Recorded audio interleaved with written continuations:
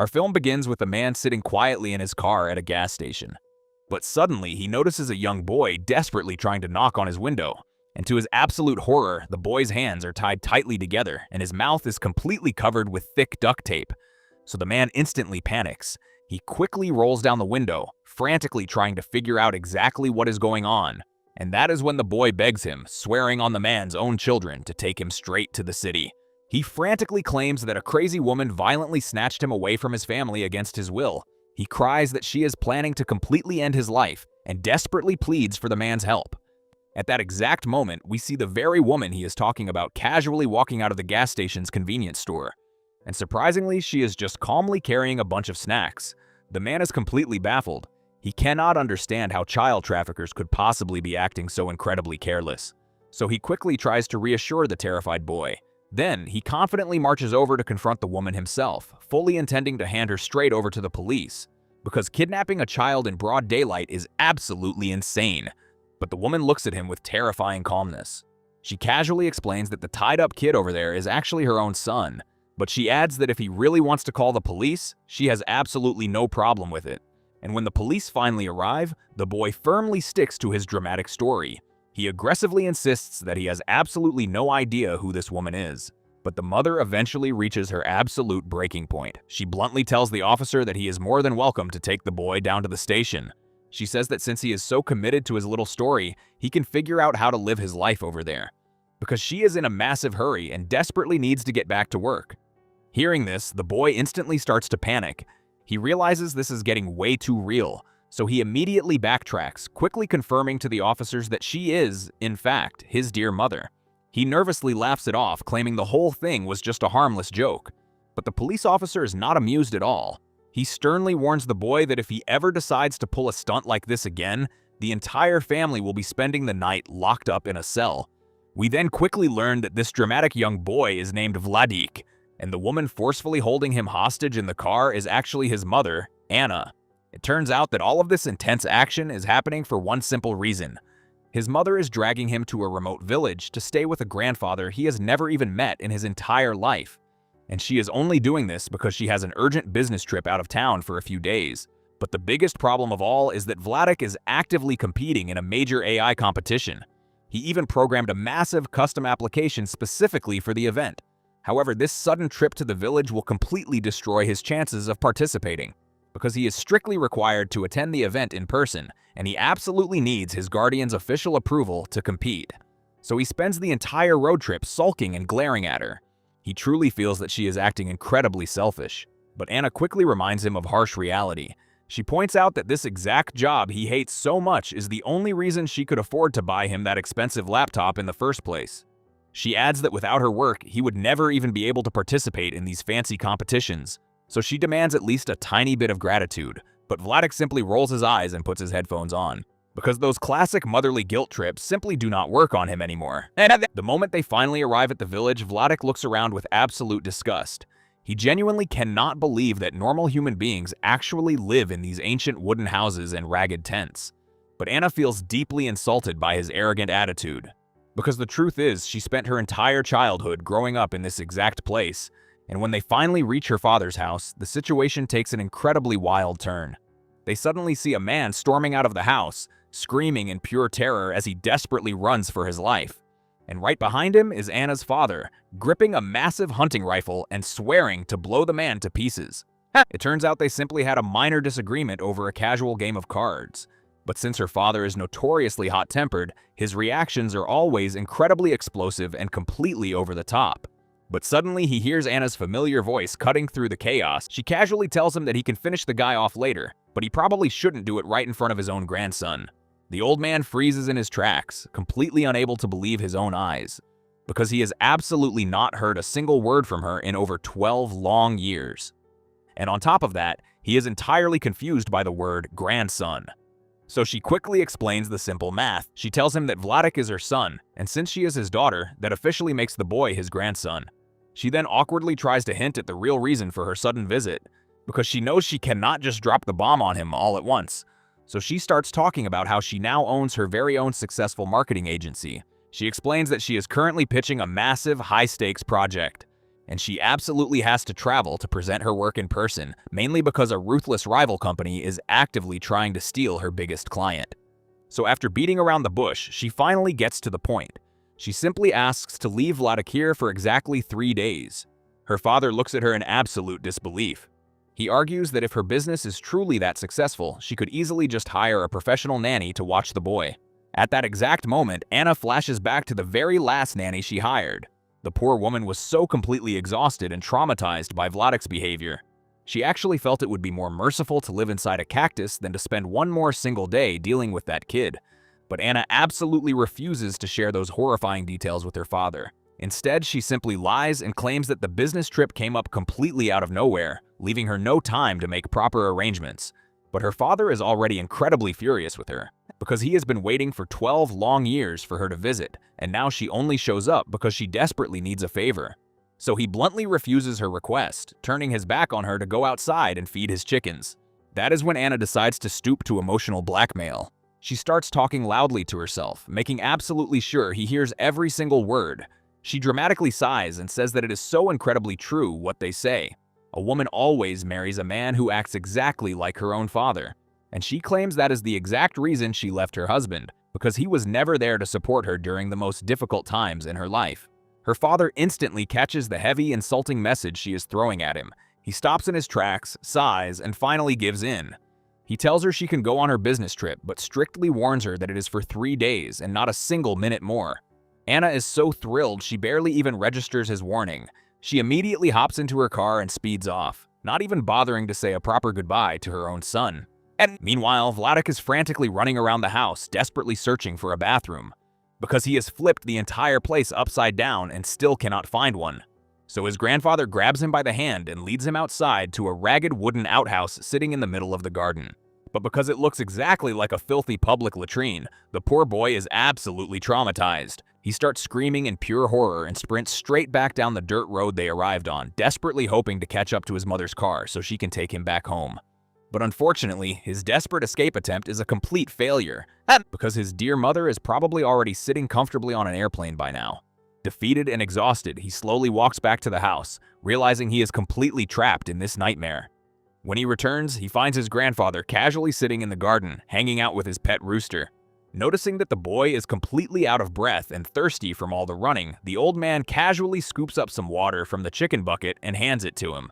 Vladek is absolutely disgusted, because ever since he stepped foot in this village, he feels like he has been constantly humiliated and tortured. He quickly points out that drinking filthy water like that could easily give him a deadly disease. He even quotes his mother, claiming that medical treatments have become incredibly expensive lately. His grandfather simply nods and confirms the information. He sarcastically notes that this is probably the very first accurate thing his daughter has said in years. Then, he grabs the boy by the back of his neck, firmly laying down the law.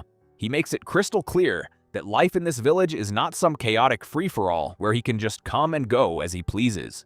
He sternly warns Vladek that if he ever tries to run away again, the consequences will be far more severe. Furthermore, he explicitly states that meals are served at very specific times, and if the boy misses a meal, he will just have to sit there and starve until the next one is ready. Finally, he orders Vladek to be a good boy, grab his luggage, and drag it up to his mother's old bedroom so he can sleep. Vladek decides it is best to just listen to the old man for now. He figures his absolute best option in a miserable situation like this is to simply open his laptop and find something fun to distract himself. But to his absolute horror, even that simple option is completely unavailable, because there is absolutely no Wi-Fi in the house, and he does not even have a single bar of cellular service on his phone, so he rushes back downstairs to confront his grandfather, demanding to know where the router is hidden.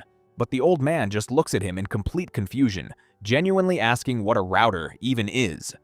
Vladek takes a deep breath and tries to explain the concept in the simplest terms possible, because he simply cannot fathom that anyone could actually live a normal life without an internet connection.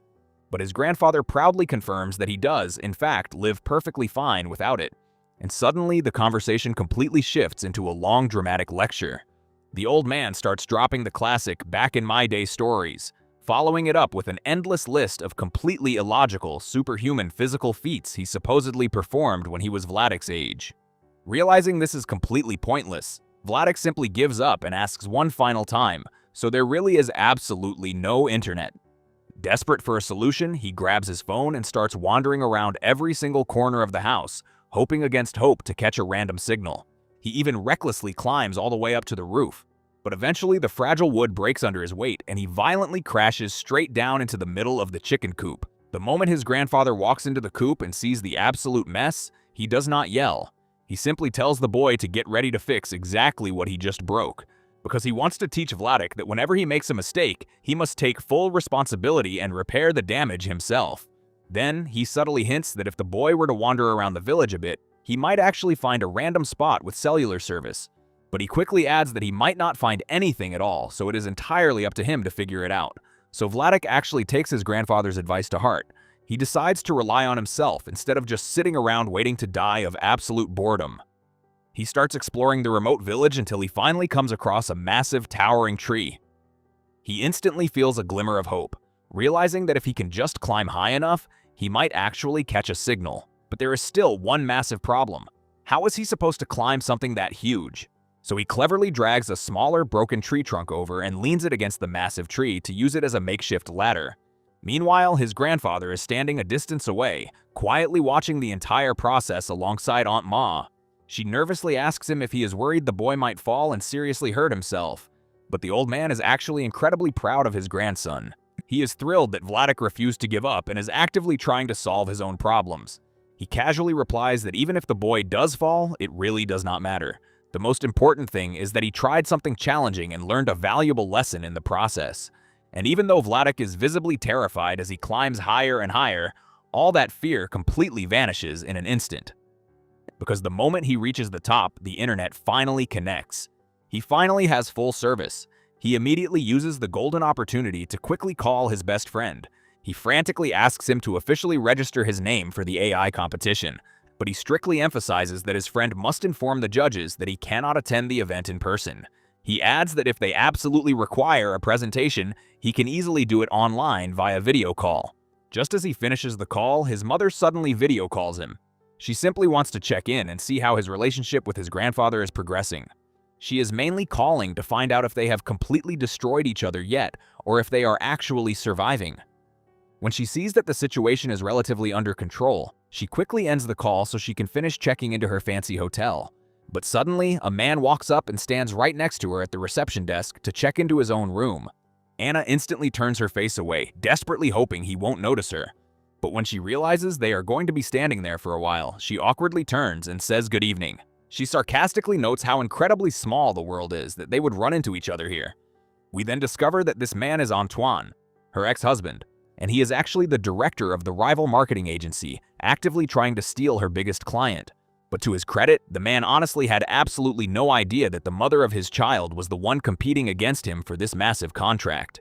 He tries his best to be polite and handle the situation gracefully, but it is painfully obvious that Anna absolutely despises him. She throws a few passive-aggressive insults his way, quickly snatches her passport from the receptionist, and storms straight up to her room. Later that evening, Vladik finally returns to the house after finishing his long internet session up in the tree. He walks in and finds his grandfather finishing up his dinner, and to make matters worse, the old man is casually holding a lollipop, saving it for dessert. So Vladik politely asks if it would be entirely out of line to request some food and sweets for himself as well. But his grandfather firmly explains the rules. He states that sweets only come after dinner, and since dinner time has already passed and Vladik missed the meal entirely, he officially gets absolutely no sweets either. Hearing this, Vladik feels incredibly persecuted and unfairly punished. He cannot understand why the old man is enforcing these ridiculous military-style rules. He argues that it is perfectly normal for people to just eat whenever they feel like it. He explains that he was extremely busy with highly important matters that required his immediate attention. But his grandfather cuts him off, firmly stating that one of the most fundamental principles of this family is that they respect each other's schedules, even if they have incredibly important things to do, because we are the ones who control our time, not the other way around. And then he completely shuts down the argument by declaring that dinner will be served at exactly 9 o'clock. He sharply asks the boy if there are any objections to that specific time or if the rules are perfectly clear. To make matters even worse, the old man aggressively locks the refrigerator with a literal key. He does this just in case the boy gets any sneaky ideas about stealing a quick sandwich, but Vladik is far too distracted by one completely baffling question. He simply cannot comprehend why a refrigerator would even have a physical lock on it in the first place. So he walks outside to take a desperate stroll around the garden. He hopes he might just find a random fruit tree to snack on until 9 o'clock finally rolls around. And the moment he spots a massive mulberry tree, he truly feels like it is a gift straight from heaven. But right before he can even pick a single berry, Sonic, the neighbor's kid, marches over along with his little brother and sister. They immediately start bullying him, aggressively accusing him of outright stealing. The poor boy just stands there, completely confused by the ridiculous accusation, because the tree is literally growing inside his grandfather's own fenced yard, so he has absolutely no idea how it could possibly be considered stealing, realizing they are just trying to pick a fight for absolutely no reason. But Sonic quickly decides that words are simply not enough, so he aggressively climbs right over the fence, intentionally escalating the situation to start a physical fight. But Vladik is far too terrified to actually engage in a brutal fistfight like this, so he frantically screams for his grandfather. He quickly makes up a desperate excuse, claiming that he suddenly really wants to go into the forest with him so they can hunt for mushrooms together. His grandfather happily takes advantage of the perfect opportunity. As they walk through the dense woods, the old man carefully explains the fundamental differences between the trees. He teaches the boy exactly how to identify every single species and explains their practical uses. And for the very first time since he arrived in this miserable village, Vladik actually feels genuinely happy. When they finally return to the house right in time for dinner, Vladik spots an old photograph. And he is completely surprised to see a picture of his mother posing with her father when she was just a little girl. But the most shocking detail that completely captures his attention is the incredibly loud, floral-patterned shirt his grandfather is wearing in the photo. The old man quickly tries to defend his questionable fashion choices. He hastily explains that Anna was the one who stubbornly insisted on buying it for him as a special gift. Then, Vladik curiously points out the bizarre rooster that literally follows the old man around 24 hours a day. He asks why he carries the bird absolutely everywhere he goes, but his grandfather firmly draws the line, declaring that the rooster is completely off limits for jokes. He proudly explains that the bird is his absolute best and most loyal friend. Furthermore, he adds that the rooster is an incredibly good listener, making his silent company far better than the presence of most human beings. He then confidently promises Vladik that even if he does not understand it right now, he will completely grasp the deep truth of those words when he grows much older. But suddenly, right in the middle of this incredibly deep conversation, Colin casually walks into the house. It is the exact same man his grandfather was chasing with a hunting rifle that very morning, yet he simply sits down to eat dinner with them completely normally, acting as if they hadn't just tried to kill each other hours ago. The grandfather looks at the confused boy and calmly drops a profound piece of wisdom. He explains that absolutely anything that happened more than 2 hours ago is officially part of the ancient past, so it is always best to just focus entirely on the present moment. Hearing this absolute madness, Vladik simply grabs his backpack. He decides to leave the two crazy old men to sort out their bizarre friendship by themselves, because his main priority right now is to desperately find a permanent solution to his internet problem, because it is completely illogical for him to swing from a massive tree like a wild monkey every single time he needs to go online. So he sneaks into his grandfather's workshop and grabs a long rope and a heavy nail. He cleverly uses them to hoist his mobile phone high up into the massive tree. This way, he can easily catch the elusive internet signal and beam it straight down to his laptop while sitting comfortably on the ground. But right at the crack of dawn, his grandfather abruptly marches into his room to wake him up. The old man loudly announces that it is incredibly late, and it is absolutely unacceptable for a young boy to sleep their life away like this. Vladik desperately tries to explain that he literally just closed his eyes to go to sleep. He weakly points out that the sun hasn't even come up yet. But naturally, absolutely none of his logical arguments work on the stubborn old man, because they have a highly important fishing trip they absolutely must leave for right this second. His grandfather insists that if they wait until 10 o'clock, all the fish will gather together and completely disappear. So they immediately start the long, grueling walk from the house all the way to the lake. And as usual, Vladik is completely baffled by how incredibly old-fashioned absolutely everything his grandfather does is. And even the fishing rods they are supposed to use are incredibly primitive and carved entirely out of plain wood. So the boy bluntly asks if he uses these ancient tools simply because he has absolutely no money, or if he just genuinely loves outdated junk. His grandfather patiently explains that high-quality wood is actually incredibly expensive, meaning the ancient-looking rod he is holding is definitely not cheap at all. He then drops another piece of profound wisdom. He gently explains that there are countless beautiful things surrounding them that absolutely cannot be bought with any amount of money. Next, he points to the stunning architecture of the ancient houses, the peaceful lake resting right in front of them, and the incredibly pure, crystal-clear air completely free from dust and toxic car exhaust. But Vladik effortlessly destroys the entire philosophical moment in a single second. He simply points out that modern air conditioning also blows incredibly clean air, and it even makes it nice and cold. Plus, with an AC, they wouldn't have to constantly slap away the vicious mosquitoes eating them alive every 5 seconds. Right at that moment, Colin casually walks up carrying his own fishing rod, so they completely skip the rest of the life lesson and focus entirely on catching some fish. Later, while walking back to the house with his grandfather, Vladik spots Sonic and his little brother approaching.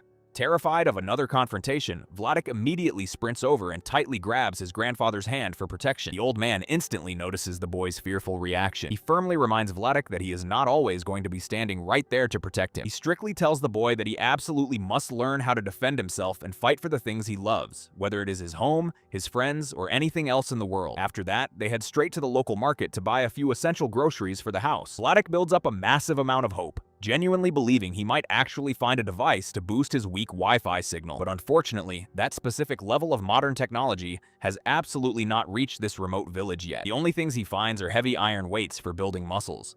But by pure coincidence, he spots a loud, floral-patterned shirt hanging on a rack.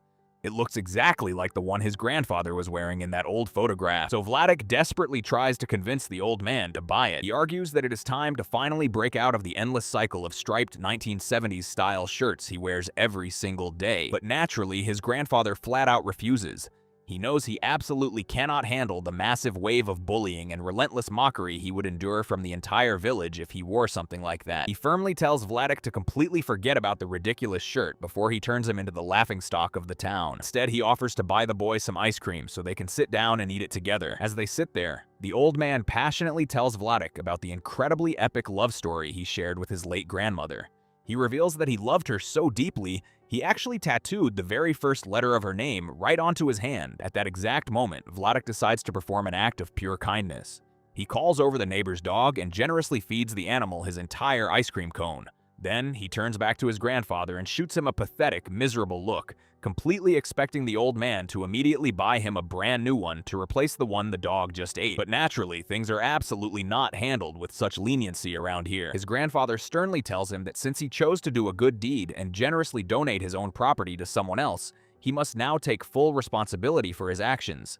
He explains that if he simply bought the boy a brand new ice cream cone, the entire moral lesson would be completely destroyed. But Vladik does not grasp the deep meaning behind the lesson at all. He genuinely feels that his grandfather is just being incredibly mean and stubborn for absolutely no reason. So he looks at the old man and bluntly asks, "Do you hate me?" His grandfather sighs and tries to explain the concept in a much simpler way. He firmly states that the absolute most defining characteristic of a true man is his ability to bear full responsibility for his choices.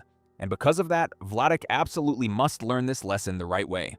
Vladik nods, admitting that it sounds like a very beautiful philosophy and all, but he still stubbornly demands a replacement for the ice cream that was stolen from him completely by surprise. Meanwhile, back in the city, Anna is frantically reviewing the final adjustments for her massive presentation. Suddenly, Antoine casually walks over, desperately trying to strike up a random conversation about absolutely anything. It is incredibly obvious that he is feeling highly nostalgic and wants to reconnect with his past. But Anna ruthlessly shuts him down, because she absolutely does not care about anything else in the world right now except winning this massive contract. She just wants to crush him, secure the deal, and rush straight back to her son before the boy completely destroys the entire village. Back at the house, Vladik is sitting quietly with his grandfather.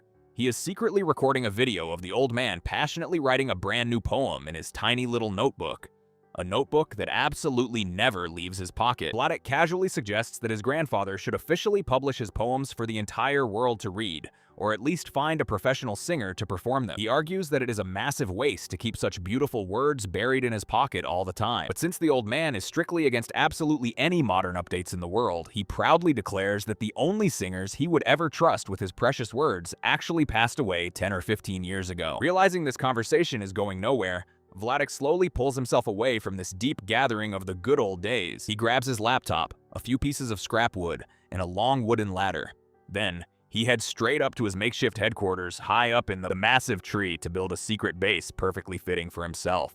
And of course, this is only after he meticulously created a preliminary design for the wooden treehouse. He carefully gathers it piece of wood by piece of wood, pulling everything up until he completely finishes the entire structure. And he is incredibly happy and proud that he actually managed to build all of this entirely by himself. But the moment he climbs down from the tree to rest for a bit, he finds Sonic and his brother standing right in his face. So in that exact moment, he has exactly two choices. Either he runs away like a coward and lets the bully completely destroy the place he spent all morning building, or he stands his ground, takes a brutal beating, and the bully still destroys the place he spent all morning building anyway. But the most important thing is that this time, he actually follows his grandfather's advice and faces his fears. And yes, he ends up returning home completely beaten up with painful bruises all over his face. But at the very least, he finally tried, so his grandfather is incredibly proud of him because he did not surrender easily. He explains that even if Vladik completely lost the battle, he successfully proved to himself that he can face his problems and fiercely defend the things that belong to him. He warmly reassures the boy that he will definitely win the next time, and to reward his incredible bravery, the old man generously gives Vladik his own personal watch to help him forget the painful beating. At that exact moment, Vladik finally accepts him as a true grandfather. So he opens up and tells the old man that he is actively programming an AI robot application designed to perfectly mimic human voices. He explains that whenever you deeply miss someone and desperately want to talk to them, but they are no longer around, you can instantly fill that agonizing void through the robot. But naturally, the grandfather feels like he understands absolutely nothing of what the boy is saying, because since when did robots actually start talking and feeling? Later in the middle of the day, Anna is sitting quietly in the hotel restaurant, and as usual, she runs into Antoine entirely by coincidence. But this time, he finally gathers his courage and bluntly asks if she is secretly stalking him, because it is completely unbelievable that they both happen to be aggressively chasing the exact same massive project by pure coincidence. So the story flashes back to a memory of her at the agency, preparing for the pitch. She remembers her assistant urgently informing her that the rival company actually belonged to her ex-husband, meaning she knew the absolute truth this entire time, but simply played dumb.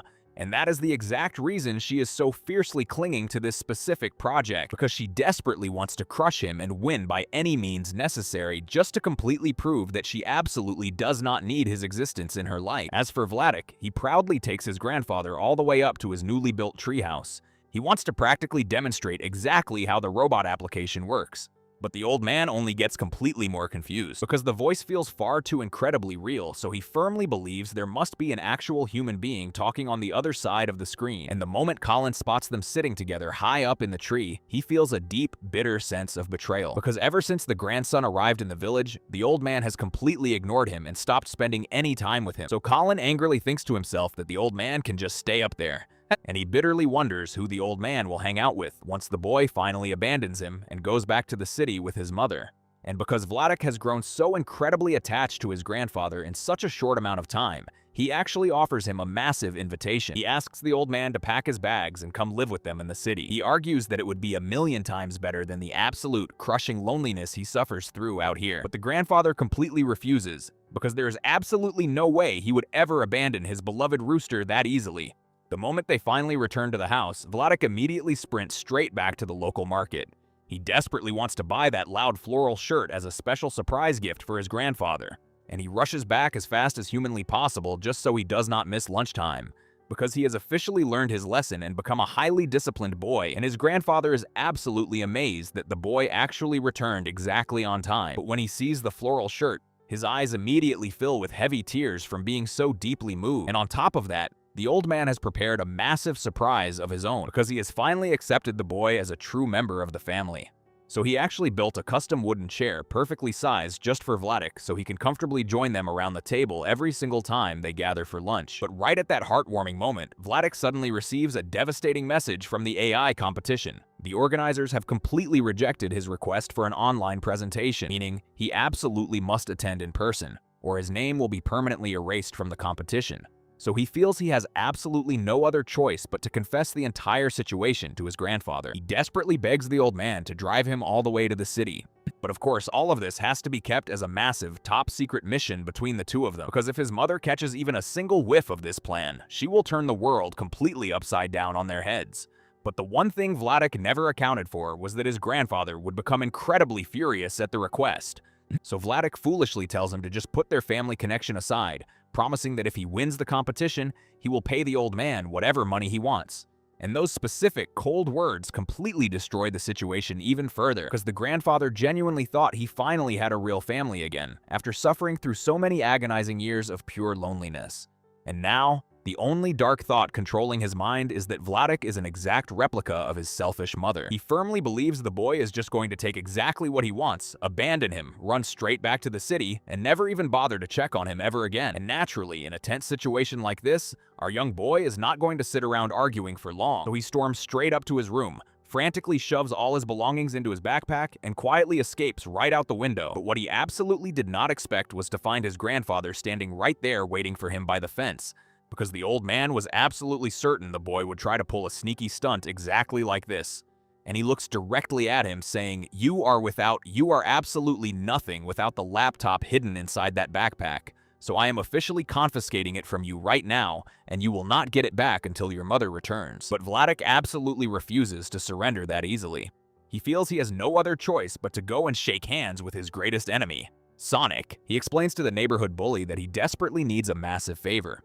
He wants to completely terrorize his grandfather in every possible way until the old man finally loses his mind and kicks him out of the house. At first, Sonic completely rejects the crazy idea. He points out that the entire village deeply loves and respects the old man, and if anyone catches him pulling these stunts, he will literally be hung upside down by his ankles. But ultimately, Sonic's pure love for mischief and chaos completely overpowers his fear. He smirks and says, alright, let's start off nice and slow. Since the grandfather is incredibly attached to his precious chickens, they decide to strike there first. They sneak into the coop and steal absolutely every single egg they can find. Then they just sit back and watch the poor old man run around in endless circles, frantically searching for them everywhere. After completely losing hope of finding the eggs, the old man makes himself a hot cup of tea and sits down to eat his breakfast. But the exact moment he drops his weight onto the chair, he hears a series of horrifying, wet cracking sounds. Yes, the boys had carefully hidden every single egg right underneath the cushion on his chair. When he furiously demands to know exactly how the eggs magically teleported underneath his behind, Vladik puts on his most innocent, angelic face. He sweetly explains that he was simply trying to keep the eggs warm so they could successfully hatch into baby chicks. He claims his intentions were completely pure and helpful. After that, the boys decide to significantly level up their cruel pranks.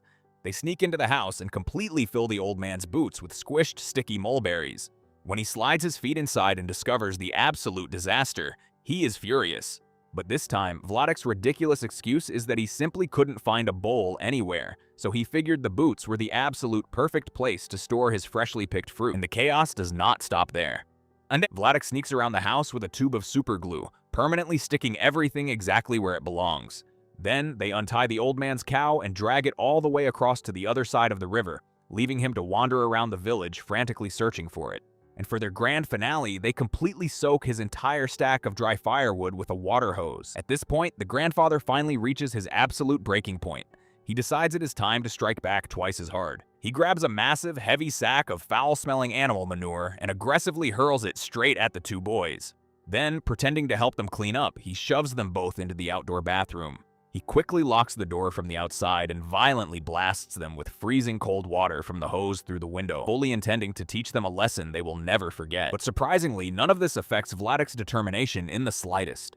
He simply walks inside, changes into dry clothes, grabs a full bottle of slippery liquid soap, and maliciously pours the entire thing all over the wooden floor just to infuriate the old man even further. This time, the grandfather completely loses his temper. Reaching the absolute peak of human anger, he aggressively snatches Vladik's phone right out of his hand and angrily unbuckles his heavy leather belt to hit him. But when he sees the young boy standing completely still, fearlessly looking him in the eye and daring him to strike, the old man suddenly realizes that what he is doing is completely wrong. Ashamed, he slowly lowers his arm. Meanwhile, back in the city, Anna is standing in the middle of a massive boardroom, passionately delivering her high-stakes presentation. But suddenly, her father's furious, booming voice echoes out of the conference room speakers. Her phone had automatically answered his incoming call. He is absolutely livid, screaming that she needs to drop absolutely everything she is doing and come pick up her devil child right this second. He furiously warns her that he absolutely refuses to tolerate the boy for another 2 hours, and if she doesn't come immediately, he will literally throw him out to sleep in the freezing street. Then, he violently hangs up the phone right in her face. And in that exact chaotic moment back at the house, the old man takes a step, violently slips on the massive puddle of liquid soap, and crashes hard onto his back. But unfortunately, as he falls, he violently crashes into a wooden table holding a lit candle. The candle tips over, instantly setting the dry wood on fire.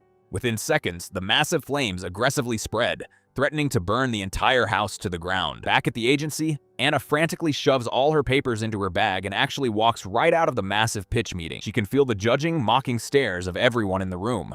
But she does not care, because her son's safety is an absolute priority over any business deal in the world. Back at the burning house, the grandfather frantically scrambles to his feet and rushes outside. He desperately screams for his neighbors to come help him control the raging fire before it completely devours his entire home. But the biggest problem is that Vladek decides to take matters into his own hands and be a hero. He bravely charges right back into the burning house specifically to rescue his grandfather's beloved rooster, because he finally understands just how incredibly much that bird means to the old man. The moment he bursts back outside with the rooster, he and Sonic grab the heavy water hose, desperately hoping they can extinguish the massive flames. But unfortunately, his pure intentions completely blow up in his face, because spraying high-pressure water onto a grease fire only makes the violent flames explode and spread even faster. Vladek is absolutely heartbroken because for once he was genuinely trying to help. He sincerely apologizes to his grandfather for the 50 massive disasters he caused since the morning, but the old man is completely shattered. He coldly tells the boy that he absolutely never wants to see his face again until his mother finally arrives to take him away. Hearing this, Aunt Ma is incredibly upset by his harsh words,